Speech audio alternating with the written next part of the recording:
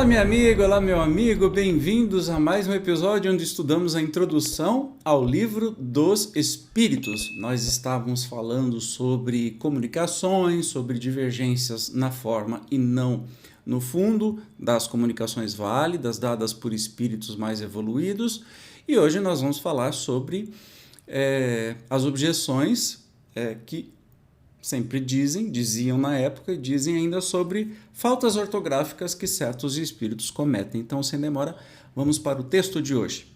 Passaríamos brevemente pela objeção que fazem alguns céticos, ou seja, quem não acredita, a propósito das faltas ortográficas que certos espíritos cometem se ela não oferecesse margem a uma observação essencial.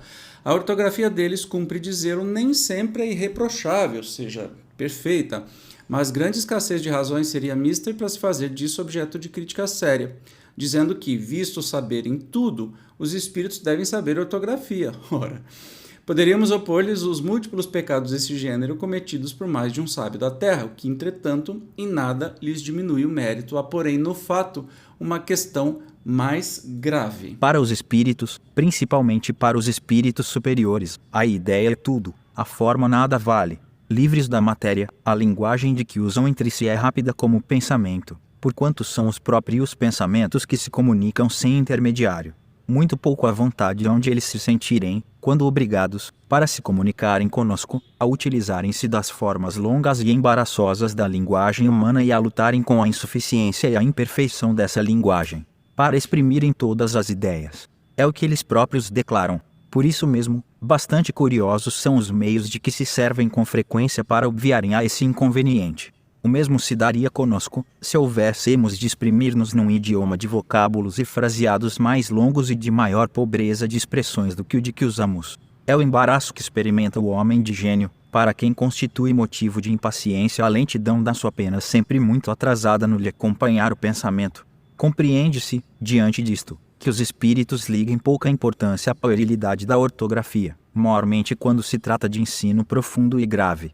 Já não é maravilhoso que se exprimam indiferentemente em todas as línguas e que as entendam todas? Não se conclua daí, todavia, que desconheçam a correção convencional da linguagem.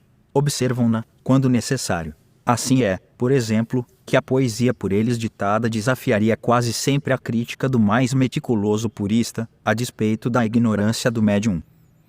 Então, vamos lembrar algumas coisinhas, né? Hoje é um pouco mais rápido, sobre quando tem essas psicografias, né, de espíritos mais superiores, eles transmitem pensamento. Quem transmite isso para a língua é o médium, tá? Para começo de conversa. Portanto, quem acha que o espírito dita palavra a palavra, como se tivesse alguém sentado do meu lado ditando, escreve aí, eu, espírito, estou ditando, não é bem assim.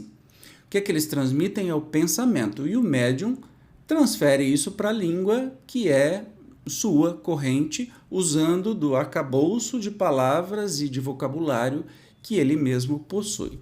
Em alguns raros casos, né, aí é bem mais difícil de acontecer, o espírito vai fazer este ditado em outra língua para que o médium assim escreva. Mas, como foi claramente mostrado aí para nós, o espírito não está muito preocupado com a língua corrente de tal país. Você já imaginou o tanto de língua que a gente tem no mundo e o tanto que isso muda, né?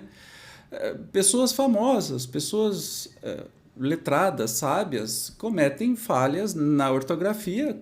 Qual o problema de um espírito cometer falha na hora que está... Na verdade, o médium está cometendo falha na hora de transformar o pensamento do espírito em linguagens faladas, especialmente pela rapidez, né?